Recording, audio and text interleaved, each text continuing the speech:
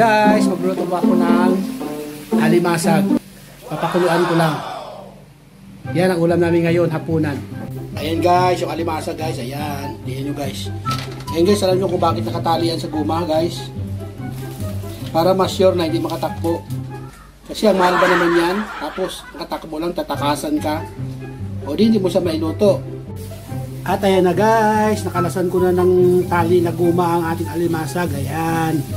Alam nyo kung paano ko siya kinalasan ng guma. Kaya di siya nakaganti kasi inunahan ko na siyang kagat, kinagat ko na siya. Ayan. Nililipat ko na siya dito sa katig sarap.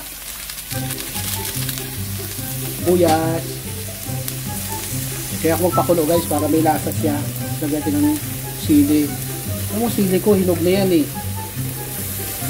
Siyempre pusa naman niya magtutubig, kaya lagyan ko rin siya ng tubig, kunti lang. Kaya ako tubig nila, lagyan mo nga. Ayan guys, lagyan ko sa tubig mo maya guys. Ayan.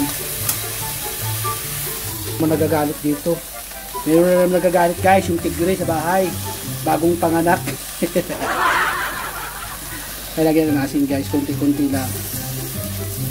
Ayan, ilagyan na ng asin. At ayan, lagyan natin ng kunting tubig guys, kasi ang hipon, ang alimasag may karoling tubig. At siyempre, takpan na natin para makuluan yan. Ayan. At ayan guys, yung ating pinakuluang alimasag guys. Hintayin pa natin guys matuyo yung kanyang tubig. Ayan o, may kunting tubig pa siya. Kaya dapat wag natin takpan kapag kumukulo na siya sa kawali para mabilis mag-evaporate yung kanyang sabaw. Mabilis matuyo. O dun sa guys, balik ta rin kung gusto nyo. Yan guys, yung sign na mataba yung ating alimasag kasi yung kanyang ibang tawag nito, yung pusod niya malapad. Ayan o, yan, babae o yan, kaya mataba yan. Ang babae pala ito lahat eh. Ito, tingnan natin itong isa.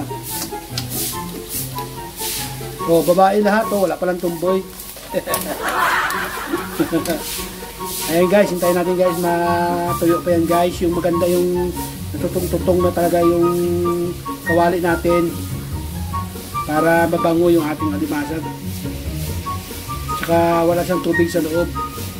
Yung tuyo. Hintayin natin guys.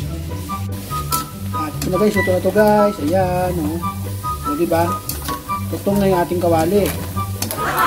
At least wala siyang sabaw. Ayan guys, napagsimple. Sige guys, maraming salamat naman guys sa inyong pagkakasimpleng videos guys. Sa mga hindi pa nag-subscribe sa akin, mag-subscribe na kayo. Di ka labugin ang aking YouTube account. Maraming salamat po.